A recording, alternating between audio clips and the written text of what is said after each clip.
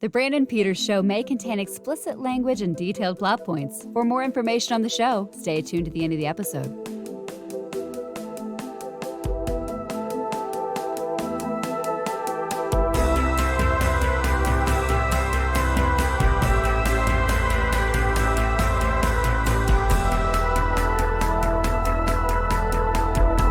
And now, here he is, Brandon.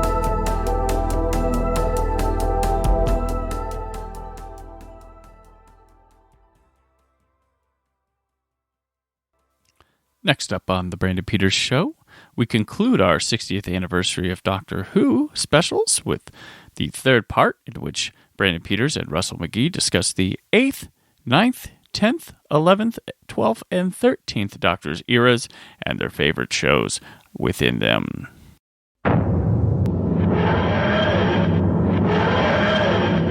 Look, I can't make your dream come true forever, but I can make it come true today. So we'll pass by the 8th Doctor. No. Oh, no. Okay. No. What do you got? I have stories for 8. Okay, you tell us your stories for 8. I have, of course. I did not go with the TV movie. I'm sorry, but like I for me that the writing's not where it needs to be, and I don't even blame Matthew Jacobs on that. Okay. I think with the cuts and the thing that we were talking about earlier, as far as also the rights between BBC, Universal, and Fox, I think something got lost in translation. And as a result, we just were missing elements. It's kind of like what you were just talking about with the work print. The work print of the TV movie is actually better than I think the one that we've all seen properly as far as released. But no, my number one for the 8th Doctor is Night of the Doctor, and we get the Sisterhood of Karn back, and this is also gives us the backstory of how he regenerates into the War Doctor. And frankly, it was just nice to see Paul McGann on screen again and have closure there. True. So it was a nice little send off, and then since we don't have much for 8 as far as otherwise, I actually did dive into some of the audio stories here. So I picked out 2 other there. So I don't know where you're at, Brandon. Yes, no. Do you have any here or no? Okay. The 2 others, and I would even recommend to you, my friend. All right. It is, we got Sword of Orion, which is a 8th Doctor and Charlie. It's one of the early ones, and it's set on a remote ship that's been junked. And again, it's a Cyberman story, but like it's a really creepy Cyberman story, and just a really solid piece that has been developed as far as audio. And then the last one that I have, my third choice here, is a fan favorite that Robert Shearman actually wrote with Paul and Charlie, and it's called, if you don't know it, it's a Christmas special. It's called The Chimes of Midnight. Yes, I've heard of that one. I've always meant to listen to that one. I never no, my wife and I actually listen to it every Christmas season. So we usually listen to it as we go out east to go visit her family in Virginia. Oh, okay. But it's an interesting little piece where the twist is, and yeah, I'm going to give a spoiler here. The main villain is actually a house that's come to life. And there's this whole thing with time that keeps happening, that it's using time to actually stay alive and feed off of people. And it's a murder mystery of you don't know who's killing the people off until the very end. And so it's interesting. And because of an earlier story with Charlie where she literally should not be alive, but because she went with the doctor, she's alive. Okay. They changed time as a result, and so there's a maid from Charlie's childhood that they run into, and it screws up time because of her finding or seeing Charlie alive. Excuse me. And so as a result, like, there's this whole thing that happens that warps time. And so, as I said, there's a lot of like just time within the world that's played with, and not just in a time travel way. So it's an interesting story and a lot of fun. Gotcha. So next, since you wanted to do the Eighth Doctor, I guess we will now move on. Yep. To the Schalke Doctor. Awesome. I kid. We will go to the Ninth Doctor. Do you want to come with me? Because if you do, then I should warn you.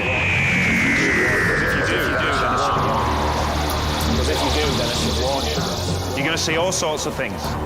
Ghosts from the past, aliens from the future, the day the Earth died in a ball of flame. It won't be quiet, it won't be safe, and it won't be calm. But I tell you what it will be.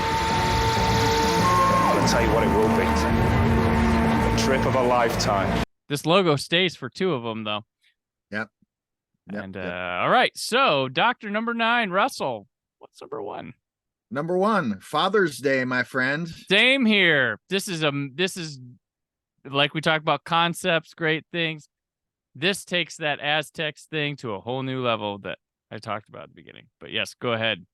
This one's this it has a callback to a setup from the very first episode with Rose that they pay off here with the story, which is the Doctor asks Rose if she wants to join him in the TARDIS, and she says it can travel in space.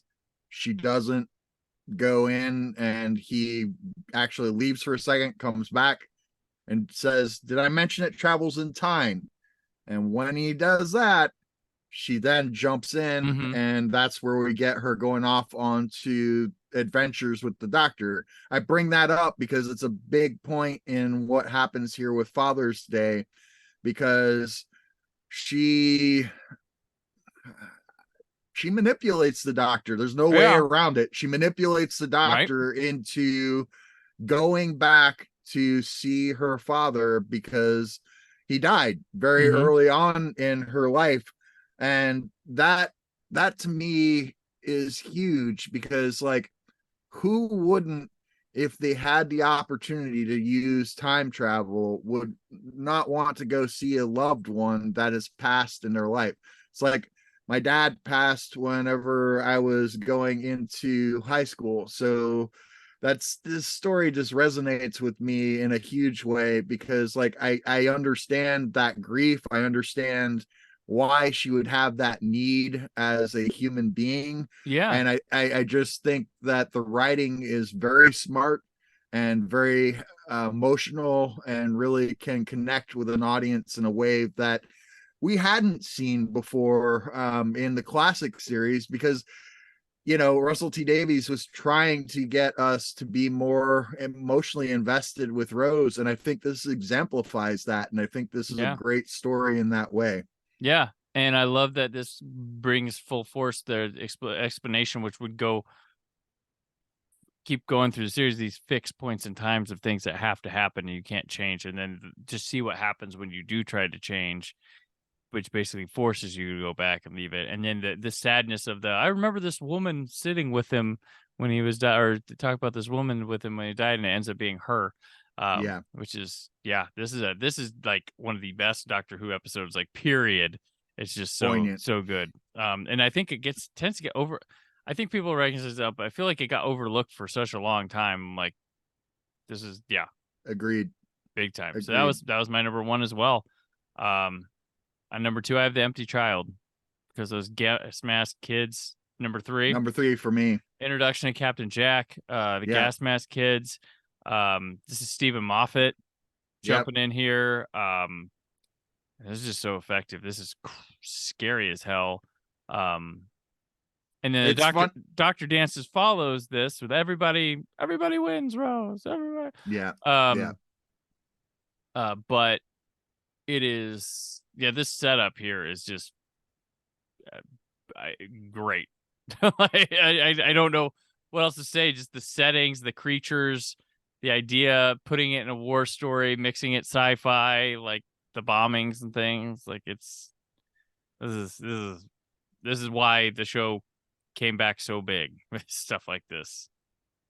So another thing that sticks out for me with, in particular, this first episode of the two-parter is that there's a huge social commentary, and like in my script writing class, I try and point this out to the kids, is that there's also the whole thing that's going on with social commentary of the fact that she was pregnant and had a child out of wedlock.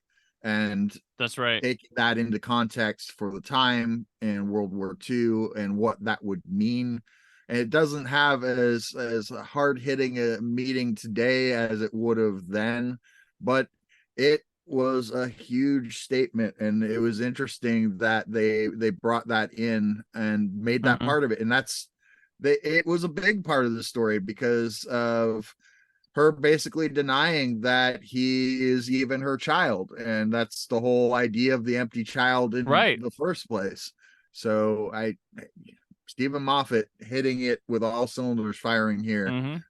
Another thing that I remember from behind the scenes with him is just like the opportunity here of him being able to just say, and yes, Rose was dangling from a balloon and like over the city and the bombs going off and everything, and he just his glee in the fact that he had that freedom because the show had evolved to the point where the effects finally are matching what they want to do as far as storytelling.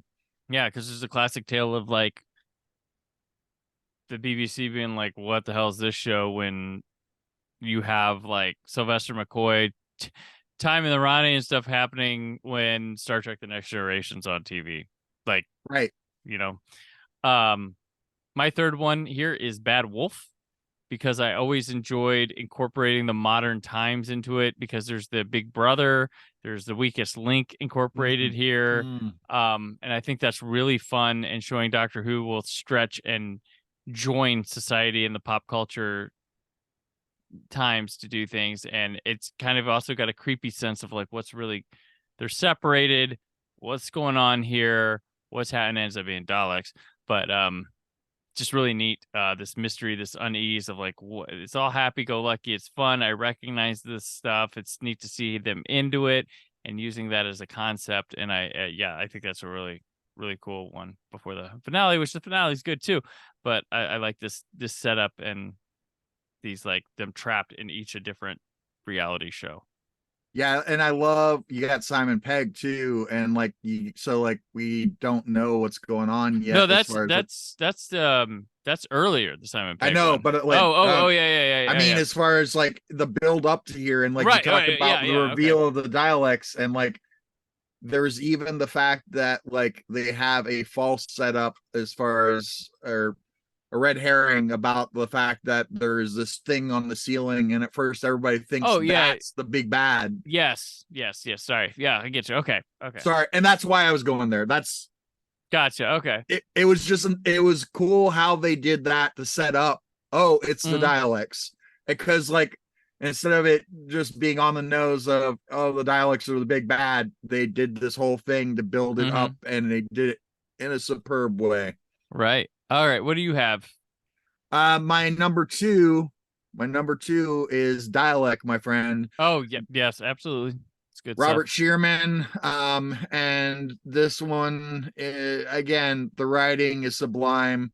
The idea of there being a lone surviving Dialect from the Time War, and then just how the Dialect talks to the Doctor, and the Doctor reacting to it in a way that's almost I would say like he's going through some sort of post-traumatic stress as far as from the war itself, and like he actually is reacting in a way that is more like a dialect, and that's a huge reversal. Mm-hmm. And it was really, really cool. And Rose being the heart there and trying to actually empathize with the dialect and just not knowing the history.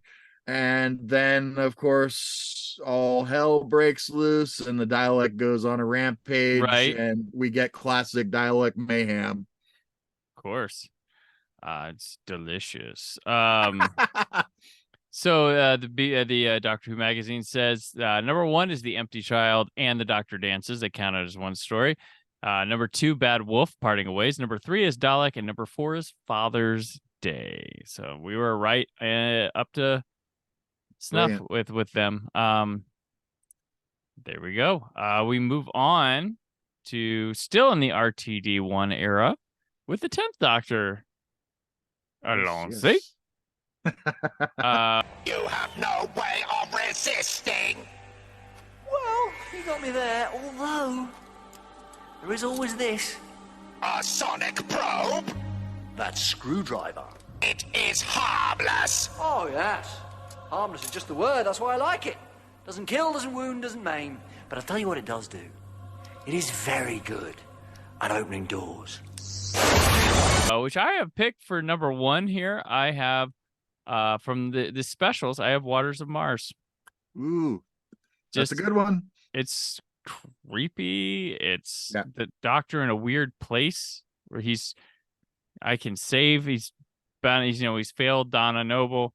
He's in this place of he's been going through this journey by himself, and it's a thing where it's got a great monster, great concept. Gemma Chan in Doctor Who. I love seeing these stars before, because Daniel Kaluuya is in the one of the specials leading up to this as well. And it's a space station. He knows they're all going to die there. Yeah. Says I should leave, goes against his own thing and decides to stay and help and then save some of them. And feels like, oh no, history would be the same. But I did, he's all, and then, at the end, the woman who is the big difference maker you're not going to do that. And then takes herself out. Like this is big. This is heavy stuff here in Doctor Who right before the end of the Tennant era, because it's followed by the End of Time 2-parter, where's the David Tennant regeneration story. But this has got everything. Got the horror, sci-fi concepts, character stuff with the Doctor. Am I right in thinking, and sorry, Brandon, but is this also the one, because it's been a while, where David Tennant has that big monologue about him having the right and the power to do, like, he goes on the tirade, and she's like, no, you don't. Very undoctory. Yep. Thank you. Yep. That's Yep. No.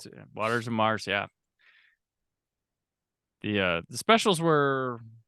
This was the one of the specials, in my opinion. I would concur. He probably should have gone out and Journey's End, but we got this. So here we are. So what's your number 1? Well, I'm just gonna say this up front, and this was not on purpose, but all 3 of my picks are Stephen Moffat stories. So just know that up. And like my number 1, and again, like I use this story all the friggin' time in my screenwriting class, is Blink. That's my number 2. It's my number 1. Like, and I honestly think that it's one of the best entry points for anybody that's never seen the show before. Exactly. It's like, it's like I said, like there's these episodes throughout the history of Doctor Who. It's like, you might not even just watch this one. Just watch this thing. Yeah. Yep. And who'd have thought they would make a villain as iconic as the Daleks, the Cybermen, and the Weeping Angels?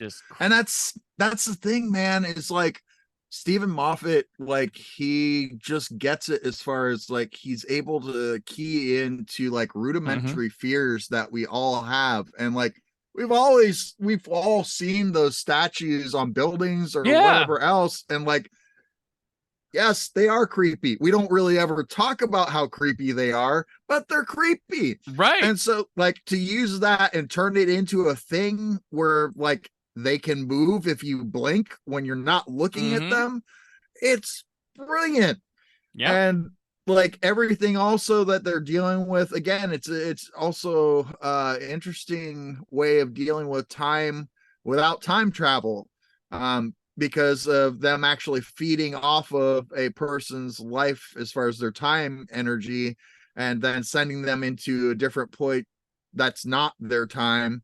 It's just an interesting concept. And like then just some of the things that happen, like there's the cop that like Sally runs into, and they do a really good job of like setting him up and making him charming, and then he gets whooshed back into the past. And then next thing we see is him and Sally in the hospital, and he's dying. And it's brilliant because like we actually, the way they set up the scene before, we care, we're invested in that character, and it's so quick. It's done so well. Yeah, no, I totally agree with you. Yeah, Blink, there's nothing. Yeah, you get Carey Mulligan, folks. And this just works on its own. It's one of the Dr. Light episodes that they started doing, which I'm a fan of a lot of those for some reason, but this one just, it hit. Like this was like, and this was when I felt like, I remember when this aired in America, because we got them later. I'm watching it and I was like, this is like the greatest thing I saw on TV this year, and nobody else is watching it with me. That's how I felt. I'm like, this is like one of the best things I've ever seen on TV, and people aren't watching. Kind of odd. My third pick's an oddball one. Okay. But I like it. It's Tooth and Claw. Oh, Tooth and Claw is fun. Yeah. Because it's a werewolf. It's werewolf. It sets up Torchwood. But it's not like the whole episode's all about just setting up something. It's an extra. It's kind of a thing towards the end. But I like this. It's another just jump in and have fun with it story in a house. Like a lot of good horror stuff in here. So I wanted to go to bat for Tooth and Claw. There's a lot of ones that maybe I like better tomorrow or stuff like that. But I like to hold this one up high because I definitely like the werewolf aspect of it. And it's just like, because Doctor Who can be anything. And that week it was a werewolf story stuck in a house with assassination attempts and all sorts of stuff going on, and politicking. And then the end with the promise to get you, Doctor Who, and stuff like that. So I do like Tooth and Claw. No, Tooth and Claw is great, man. I'm it didn't make my list, but I'm there with you. And I love the monster in that, and the way that they twist it. And it's not just a typical werewolf, it's actually an alien. So they did a good job of handling that and giving it a twist. I'm there with you, man. What's your, did you have a last one here? Well, I've actually got two, man. Two. I already went through my, okay. Because I had Blink as well. So yeah. Okay. Yeah. I've got The Girl in the Fireplace. Of course.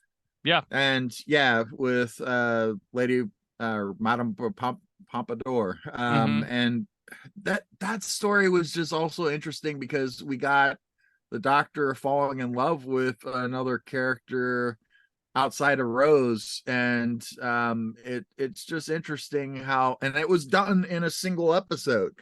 And again, we're dealing with time travel. We got these really cool monsters, the Clockwork Men, that are from the ship, and that payoff at the very, very, very end. And it's just a subtle thing where you get the shot of the ship and you see that the ship was named after her, and that's why they were going after her, because they needed the heart of the ship to be able to actually try and restore the ship to be able to keep moving.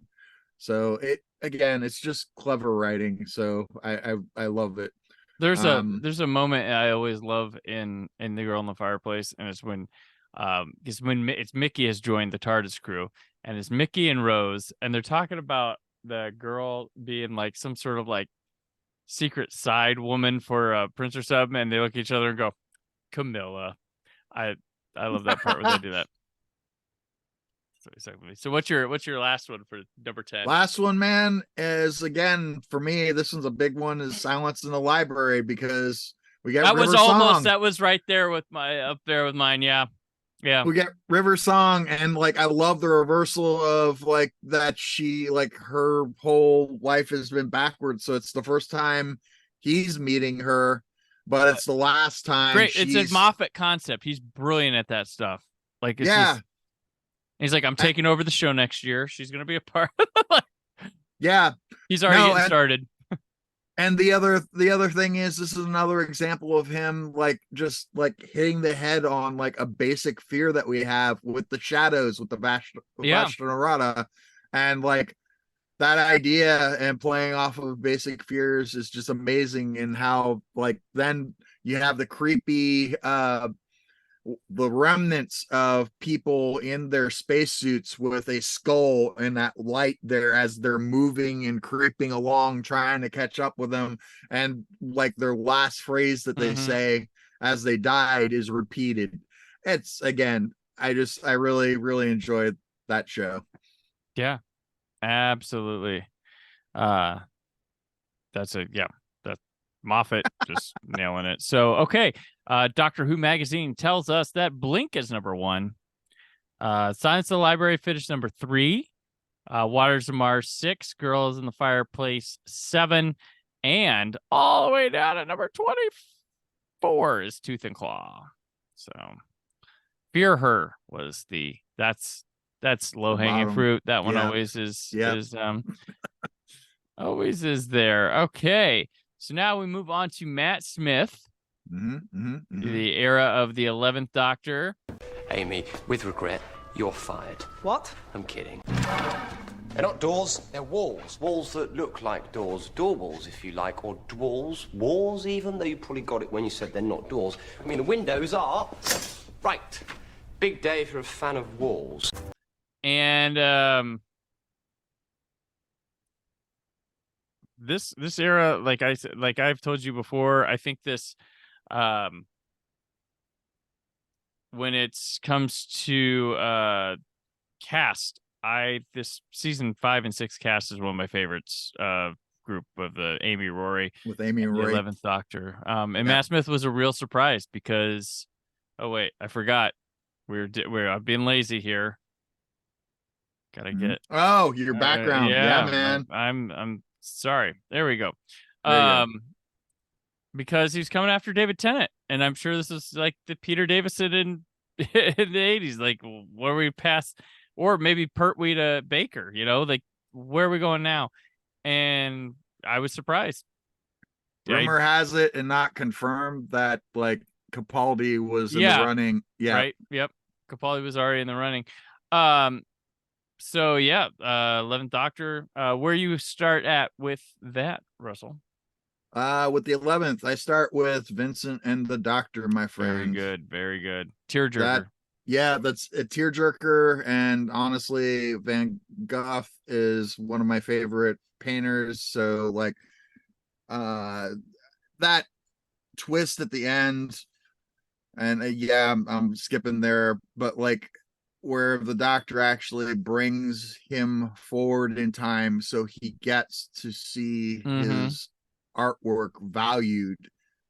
That just hits hard. And like you get to see that, and just the writing there. And that was I can't think of the writer's name, but it was the guy who did Blackadder. He just does amazing work with it. And like the whole thing of seeing Vincent, how tortured he was, and how like he had to deal with whatever mental illnesses he was dealing with at the time. They handled it very tactfully, and they made him real and believable. And then you had Amy and the Doctor trying to help him, and him not knowing how to actually engage with them at first, and like then finally realizing, they can see this thing too. He's not mad. And so that it's just a good twist. And then, as I said, then the ending where he's validated. It was just a nice little piece. Very true. I agree. My number one. I don't know that there's a better start than the 11th hour for a doctor. Like, this is magical fairy tale.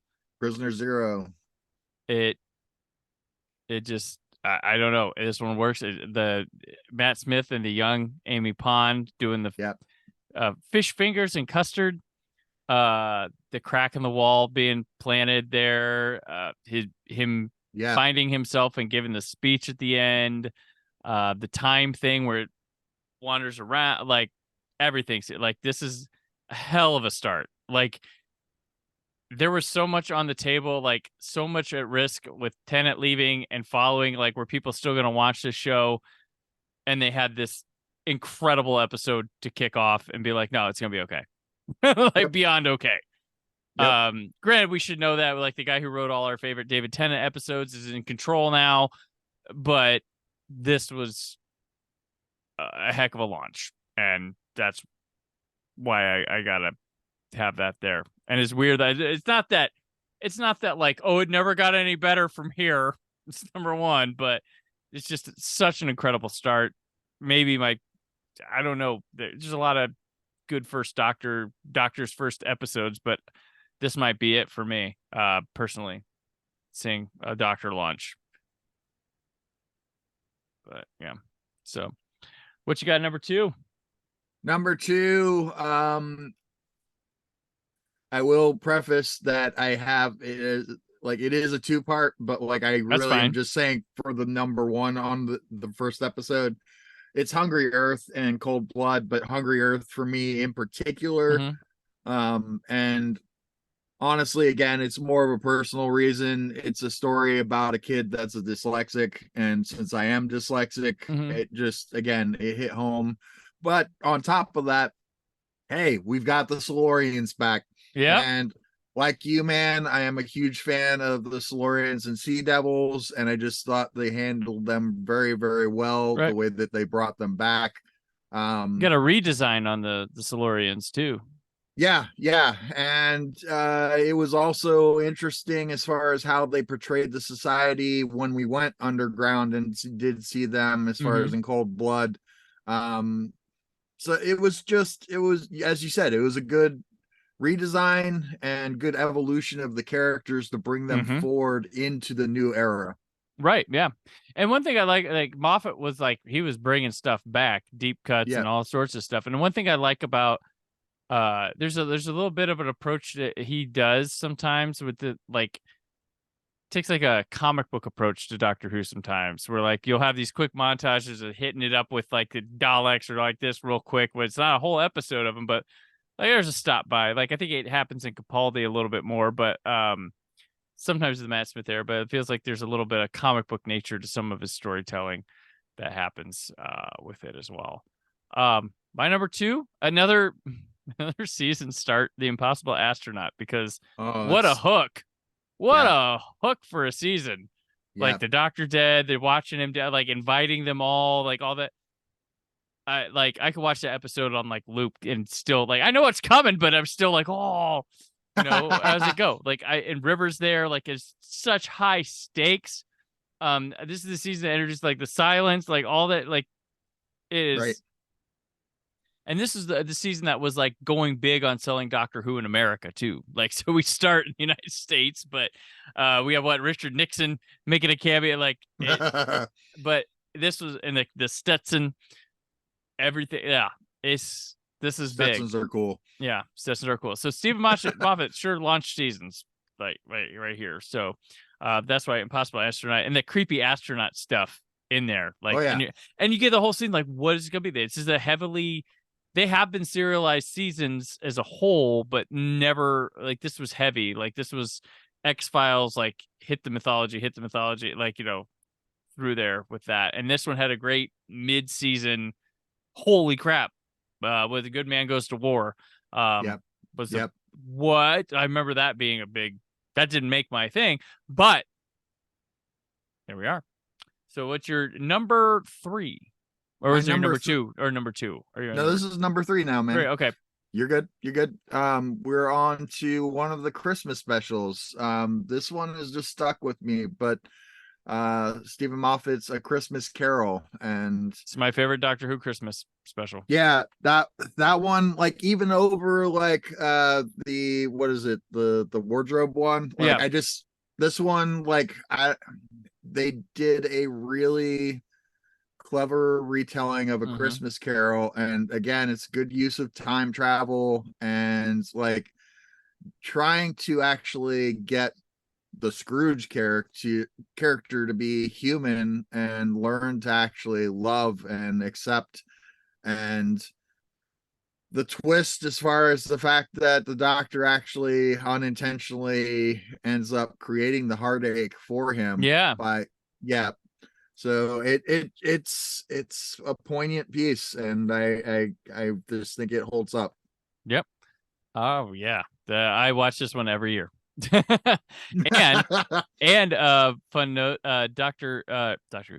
Popcorn did a video for YouTube and Reels and all that stuff of top geekiest Christmas episodes of all time, and they asked me what Doctor Who one to put in there, and I wrote the Doctor Who portion of it. And I picked this one, and then I also made a Feast of Stephen reference in it that I went, yeah. and had them add in the clip from the Loose Cannon Recon of William Hartnell addressing the camera.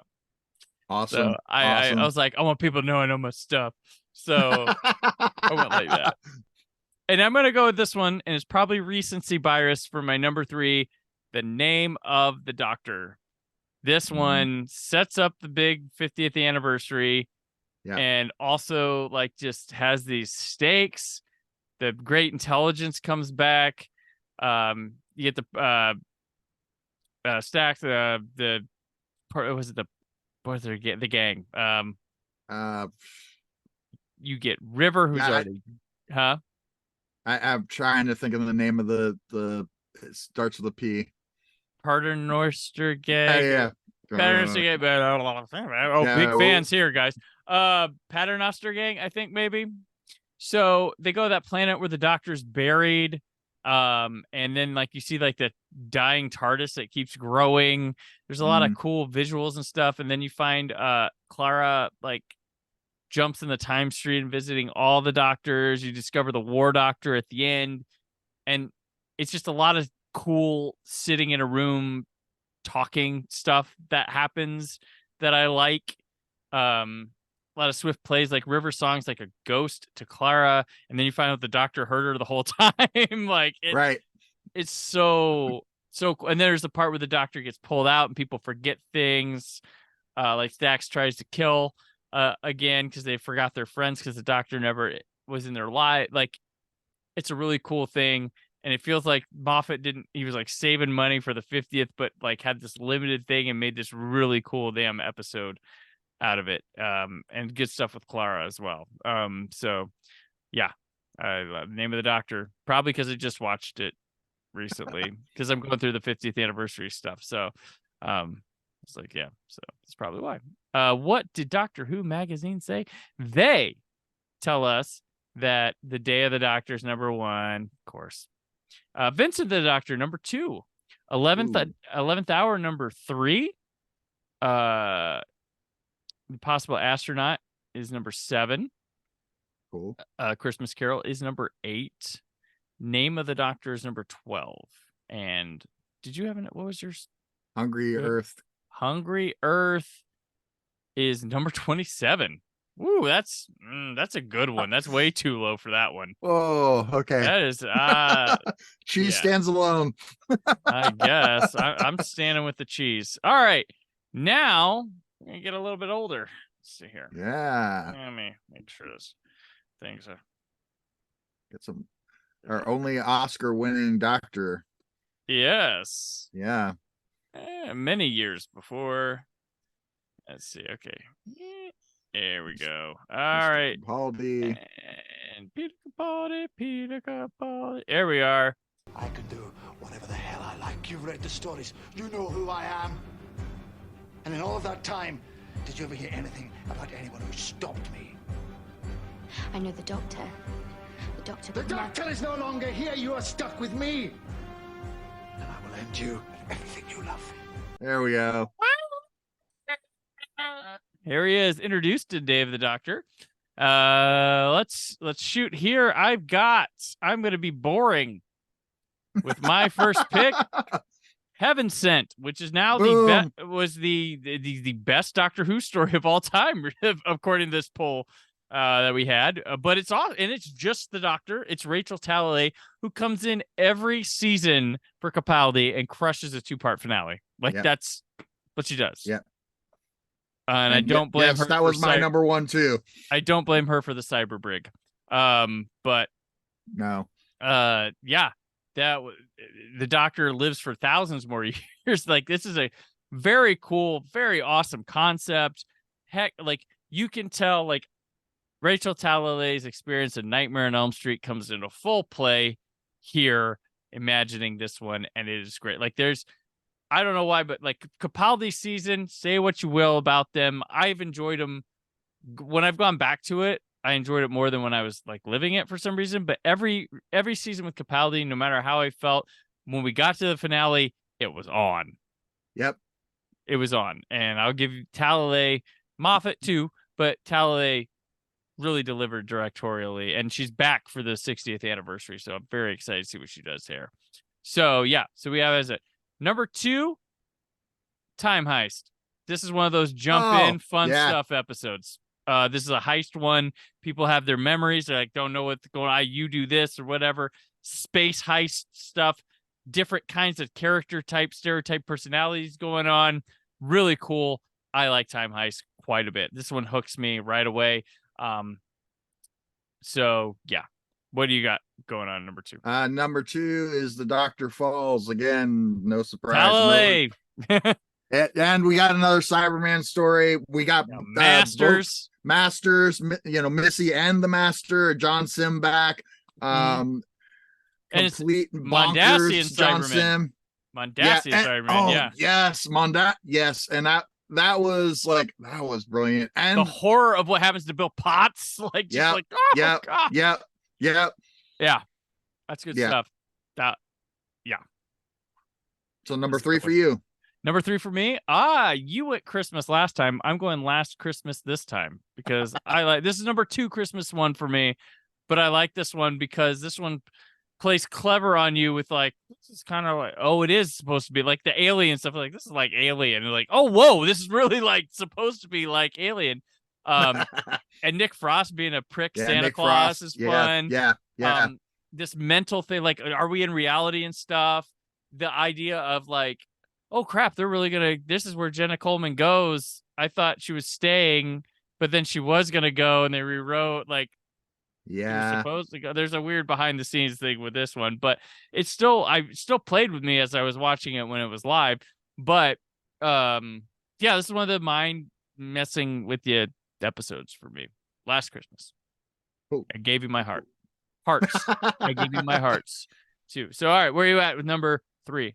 Number 3, Eaters of Light, my friend. Okay. Yeah. Again, get into the history a little bit with the disappearance of that Roman regiment, and then it's just fun as far as what's going on with the characters there, and them trying to figure out what's going on. The dragon-like creature that's coming through the rift. Again, it's just a fun historical story, and so it's high on my list. Awesome. Peter Capaldi has some bangers in the era. Definitely more apparent. People like him because he's more like a classic Doctor, is the whole thing. Yep. But yeah, so people vote. They Doctor Magazine, they like World Enough in Time / Doctor Falls. Well, that's weird because it didn't finish. It finishes first on the overall stories poll, but Heaven Sent is number 2 on the Peter Capaldi. Weird. And then we have, let's see. Man, some of ours are not favorites. 19 is Last Christmas. Fair. Okay. Time Heist is number 20. That is a good one, though. Eaters of Light, number 30. Wow. Dr. Falls? Oh, that was up at the top. Okay. Cool. That was with, They put it as a one story with World Enough in Time. Fair enough. So there we are. And now we come to the most recent era, the 13th Doctor, the Chris Chibnall era, Jodie Whittaker, and, well, just get this purple screen up here. Oh, before we go, real quick, just comment on that background right now. Oh, yeah. I was going to say that there's a cool story if people listening don't know this, that a fan had actually gone ahead and created a swirling clock version of the Vortex, and it was on YouTube, and because they saw that, the production team saw it and thought it was really cool, they then hired him, and that's how that background actually started for that season, or for Capaldi. There you go. Now we have this one. All right, Jodie Whittaker, 13th Doctor. Here we go.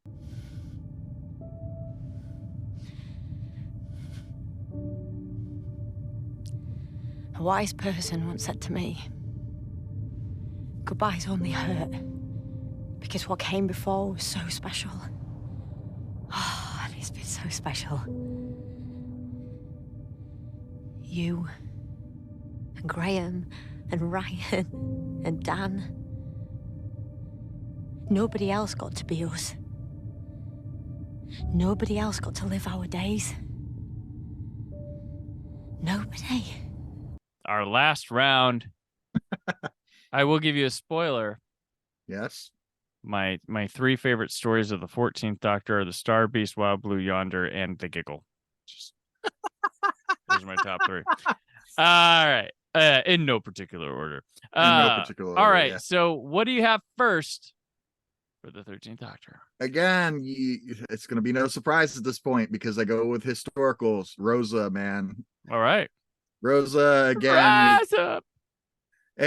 Well, and this is one where, like, it's not just, yes, it's an American story, but like, I really like what they did as far as working in with what was going on with Black history and civil rights, and like they handled it in a really delicate fashion. They involved our main cast, both and they challenge those characters too. Like, Graham gets, like, he does, like, you need to be racist right now, bud. We have to make this happen. Like, it's not the easiest watch, but a lot of people, like, in the UK don't know the Rosa Parks thing too. That was like learning, there's a lot of, and younger people, like, I was listening to something recently where, like, that's not to us in America. It's like, oh yeah, Rosa Parks, but over there, not as commonly known.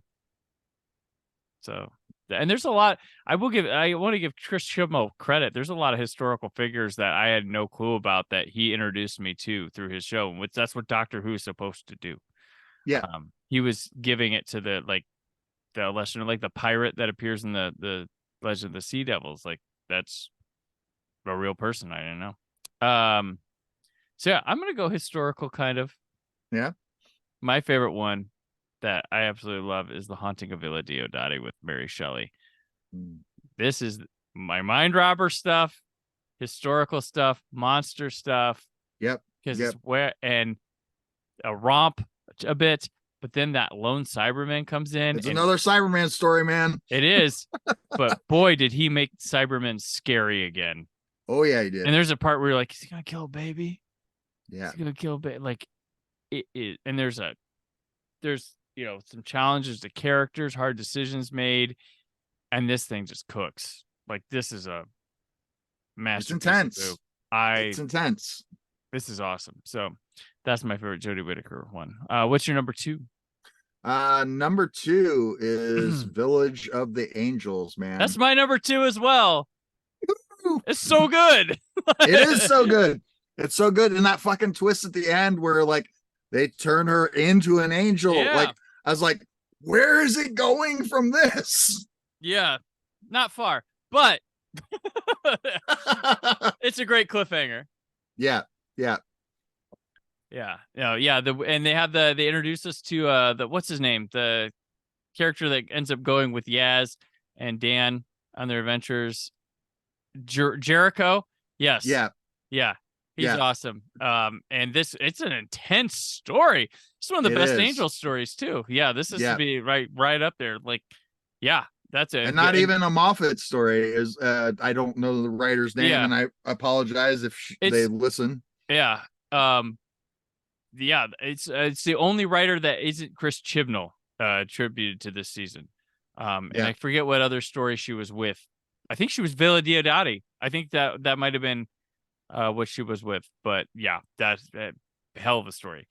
My third, I have Spyfall Part 1. It edged out Demons of the Punjab, which I want to mention because that's a great historical. But Spyfall Part 1 got me stoked for that season. And I know Fugitive of the Jejune is a popular one in there, but this kicked off and running, especially. So Jodie's first season, I think, has a lot of great, terrific individual episodes. But as a season, there's nothing gluing us. And at the end of it, with that Battle of Ranks, that was probably the worst episode of that season for me, and left me nothing wanting to come back. And then there's this Dalek story that happened for a special, but that season was like a whole lot of, what does this add up to? And I wasn't excited to come back for Doctor Who again, even though I like some of it. And I go back to season 1 or season 11, and I'm like, oh, Witchfinders is good. Yeah, takes you away is good. Right. I like it. Takes you away. Rose is good. Punjab. What's my problem? It just didn't all it was just all one-offs. But when that's the problem. But when Spyfall hit and it had that cliffhanger in the plane, it's the master. Yeah. What is all? I was just, and that one hit the ground running. It had big budget stuff with Doctor Who. There were car chases, motorcycle chases. It was globetrotting like James Bond. There was Stephen Fry showed up and got shot out of nowhere. That was some fun stuff. I was on a ride and I was hugely on board. And I'm a big fan of that second season of Jodie Whittaker's. I had a blast going through it, and Spyfall kicks it off so well. So that's why I decided to go with, because of my personal excitement factor. I even have a shirt from Spyfall because of, wow. Yeah, it's my how to land a plane without a cockpit. That's the card. But yeah, that's why I went with Spyfall for my third pick. My third is, and you said it earlier, Legend of the Sea Devils, my friend. Okay. Yeah. And one, again, it's historical, so you get an actual pirate that was a real historical figure, but then I think it was, again, another good handling of bringing back a classic character or characters. And this rogue sea devil that is the leader of them, right? Is really a rock solid, fun character. Yes, I went there. Fun character as far as that they develop, and then there's just a lot as far as them going from the island and then to the ship, and dealing with the Sea Devils technology and stuff that they have to undertake. And I also, you were talking about the redesign with the Silurians. This one, it was interesting because the redesign, it definitely has a redesign, but it still feels more like the classic very beholden Sea Devils. Yeah. They just added a blink. It blinks now. Yeah. Well, yeah, but not to knock the original Sea Devils, the prosthetics as far as the new stuff, it looks so much better. It looks like it could have been a real creature of some sort. Right. And it feels, the scale wise, feels quite big and fun. Organic. So, yeah. There's some swashbuckling stuff, and I learned about that pirate woman that in this one that it was a real person. But yeah. And this one, that one was supposed to be a part of Flux. That was a removed story that they couldn't figure out from Flux. And then when the BBC was like, hey, could you do one for the centennial? They were like, okay, so we got an extra story. Let's make something out of that Flux one we couldn't do with the Sea Devils. So, and then I heard somewhere that was just a pirate story at one point, and then they added the Sea Devils later. Interesting. So very, very interesting. So we did it. We did. 3 hours of Doctor Who suggestions and stuff. So we'll wrap this up, but let us know what one surprised you that we mentioned. I hope you've enjoyed it too. And enjoyed it. What ones are you like, maybe I'll check that out again. And none of them were wrong because we're both right. So Russell, thank you very much for joining me for this extensive look back at 60 years of our favorites of Doctor Who. Thank you for having me, my friend. Anytime. Anytime, anyplace. More Doctor Who. We're gonna bottom 3 Doctor Who's next week on the Brandon Peters. No, I don't like doing that. I don't. Oh, Jodie Whittaker's stories that people voted. Power of the Doctor. Oh, yeah. Power of the Doctor was number 1. Haunting of Villa Diodati is number 2. They put Flux as one story at number 12. Okay. Rosa was number 4. Spyfall was number 6. Legend of the Sea Devils number 22. So I mentioned Punjab, that was number 5, and the least liked one of hers was Orphan 55. So there we are. That was the Jodie Whittaker era. And we head on to David Tennant returning as Doctor number 14. As of this airing, comes this weekend. But be sure to watch the colorized Daleks if you are in the UK. Russell, where can people keep up with you? You can find me through indianapublicmedia.org or through bigfinishproductions.com. And if you just search my name there, you'll be able to find all the stories I've worked on for Big Finish. And last but not least, I also want to plug starrynightproductions.com. We also have been doing audio stories on our own independently now, and just did The Wonderful Wizard of Oz as a co-production and have done all right. We've already won 9 communicator awards with that production. So, check it out if you can. The first episode has actually been released through soundbooth.com, soundbooththeater.com. And again, thank you for having me, Brandon. Mm-hmm. Thanks for being game to do this one. Very, very fun time here. So there we go. Back. All right. So I'm on the socials at Brandon4KUHD. You can find all things podcast stage and awards at popcon.us.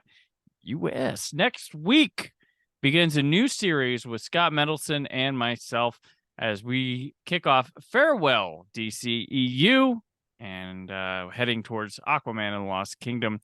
Scott and I will be looking back at what we assume will be the end of a certain run of DC Comics movies with us kicking off, and we will have special guests that will appear in the following weeks. So until then, stay film positive. Thank you for listening. The Brandon Peters Show is a Creative Zombie Studios production. Produced by Brad Shoemaker and Brandon Peters. Written and edited by Brandon Peters.